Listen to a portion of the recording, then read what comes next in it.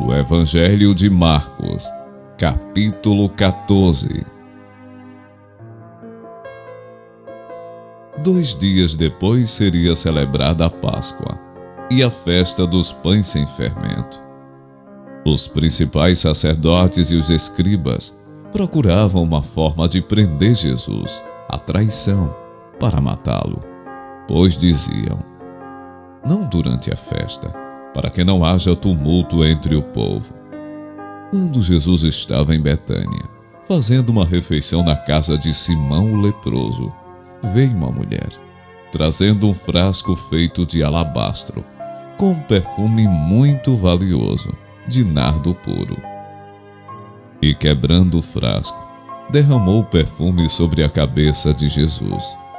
Alguns dos que estavam ali ficaram indignados e diziam entre si: para que este desperdício de perfume? Este perfume poderia ter sido vendido por mais de 300 denários, para ser dado aos pobres, e murmuravam contra ela.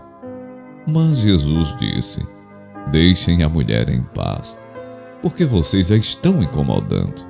Ela praticou uma boa ação para comigo, porque os pobres estarão sempre com vocês, e quando quiserem, podem fazer-lhes o bem, mas a mim vocês nem sempre terão. Ela fez o que pôde, ungiu meu corpo antecipadamente para a sepultura. Em verdade lhes digo, que onde for pregado em todo o mundo o Evangelho, também será contado o que ela fez, para a memória dela. E Judas Iscariotes, um dos 12, foi falar com os principais sacerdotes, para lhes entregar Jesus. Eles, ouvindo isto, se alegraram e prometeram dar dinheiro a ele. Nesse meio tempo, Judas buscava uma boa ocasião para entregar Jesus.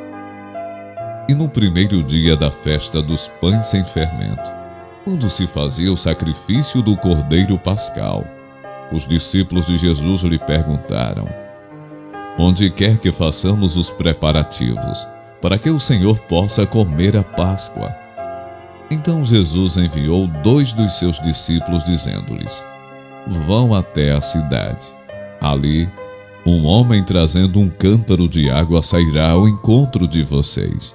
Sigam esse homem e diga ao dono da casa em que ele entrar, que o mestre pergunta: onde fica o meu aposento, no qual comerei a Páscoa com os meus discípulos? E ele lhes mostrará um espaçoso cenáculo mobiliado e pronto. Ali façam os preparativos. Os discípulos saíram, foram à cidade e, achando tudo como Jesus lhes tinha dito, prepararam a Páscoa. Ao cair da tarde, Jesus chegou com os 12. Quando estavam à mesa e comiam, Jesus disse: em verdade lhes digo que um de vocês, o que come comigo, vai me trair. E eles começaram a entristecer-se e a perguntar-lhe um: por acaso seria eu? Jesus respondeu: é um dos 12, o que comigo põe a mão no prato.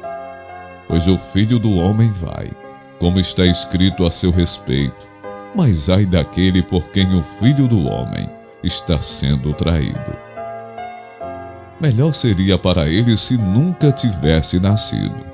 E enquanto comiam, Jesus pegou um pão e, abençoando, o partiu e lhes deu, dizendo: tomem, isto é o meu corpo. A seguir, Jesus pegou um cálice e, dando graças, o deu aos seus discípulos, e todos beberam dele. Então lhes disse: isto é o meu sangue, o sangue da aliança, derramado em favor de muitos. Em verdade lhes digo que nunca mais beberei do fruto da videira, até aquele dia em que beberei o vinho novo no reino de Deus. E tendo cantado um hino, saíram para o Monte das Oliveiras. E Jesus disse aos discípulos: serei uma pedra de tropeço para todos vocês, porque está escrito: ferirei o pastor, e as ovelhas ficarão dispersas. Mas depois da minha ressurreição, irei adiante de vocês para a Galileia. Então Pedro disse a Jesus: Ainda que o Senhor venha a ser um tropeço para todos, não o será para mim. Mas Jesus lhe disse: em verdade lhe digo que hoje, nesta noite, antes que o galo cante 2 vezes, você me negará 3 vezes.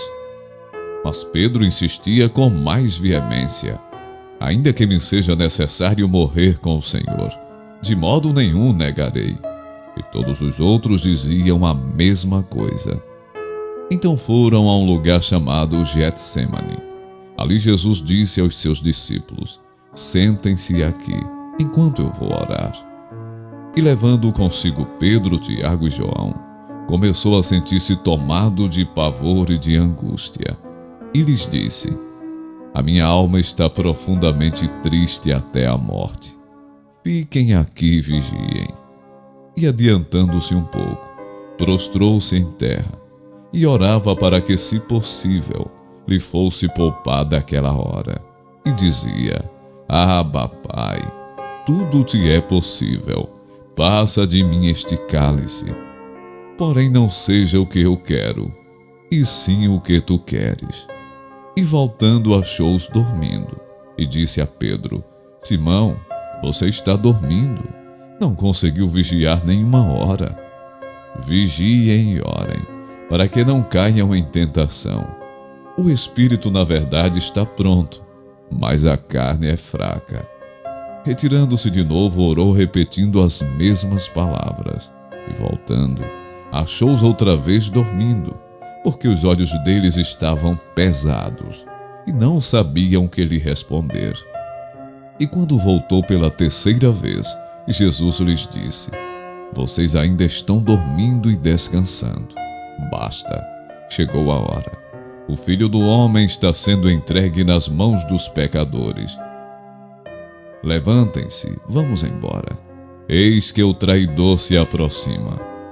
E logo enquanto Jesus ainda falava, chegou Judas, um dos 12, e com ele uma multidão com espadas e porretes, vinda da parte dos principais sacerdotes, escribas e anciãos. Ora, o traidor tinha dado a eles um sinal: aquele que o beijar é esse. Prendam e levem-no com segurança. E logo que chegou, aproximando-se de Jesus, Judas disse: Mestre, e o beijou. Então eles agarraram Jesus e o prenderam. Nisto, um dos que estavam ali, sacando da espada, feriu o servo do sumo sacerdote e cortou-lhe a orelha. Jesus lhes disse: vocês vieram com espadas e porretes para prender-me, como se eu fosse um salteador. Todos os dias eu estava com vocês no templo ensinando, e vocês não me prenderam. Mas isto é para que se cumprissem as Escrituras. Então todos o deixaram e fugiram. Um jovem coberto unicamente com um lençol seguia Jesus. Eles o agarraram, mas ele largou o lençol e fugiu nu. E levaram Jesus ao sumo sacerdote. E então se reuniram todos os principais sacerdotes, os anciãos e os escribas. Pedro seguiu Jesus de longe até o interior do pátio do sumo sacerdote, e estava sentado entre os servos, aquentando-se ao fogo. E os principais sacerdotes e todo o sinédrio procuravam algum testemunho contra Jesus para o condenar à morte, mas não achavam nada. Pois muitos testemunhavam falsamente contra Jesus, mas os depoimentos não eram coerentes. E levantando-se alguns, testemunhavam falsamente, dizendo: nós o ouvimos declarar: eu destruirei este santuário edificado por mãos humanas, e em 3 dias construirei outro, não por mãos humanas. Nem assim o testemunho deles era coerente. E levantando-se o sumo sacerdote no meio, perguntou a Jesus: você não diz nada em resposta ao que estes depõem contra você? Jesus, porém, guardou silêncio e nada respondeu. O sumo sacerdote tornou a interrogá-lo: você é o Cristo, o Filho do Deus bendito? Jesus respondeu: eu sou. e vocês verão o Filho do Homem sentado à direita do Todo-Poderoso e vindo com as nuvens do céu. O sumo sacerdote, rasgando as suas vestes, disse: porque ainda precisamos de testemunhas. Vocês ouviram a blasfêmia. Qual é o parecer de vocês? E todos o julgaram réu de morte. Alguns começaram a cuspir nele, a cobrir-lhe o rosto, a bater nele e a dizer-lhe: profetize! E os guardas davam-lhe bofetadas. Estando Pedro embaixo no pátio, veio uma das empregadas do sumo sacerdote, e vendo Pedro, que se aquecia, fixou os olhos nele e disse: você também estava com Jesus o Nazareno. Mas ele negou, dizendo: não o conheço, nem compreendo o que você está falando. E saiu para o pórtico, e o galo cantou.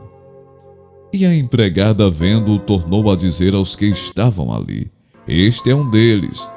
Mas ele negou outra vez, e pouco depois, os que estavam ali disseram outra vez a Pedro: com certeza você é um deles, porque também é galileu. Ele, porém, começou a praguejar e a jurar: não conheço esse homem de quem vocês estão falando. E no mesmo instante, o galo cantou pela segunda vez. Então Pedro se lembrou da palavra que Jesus lhe tinha dito: antes que o galo cante 2 vezes, você me negará 3 vezes. E caindo em si, começou a chorar.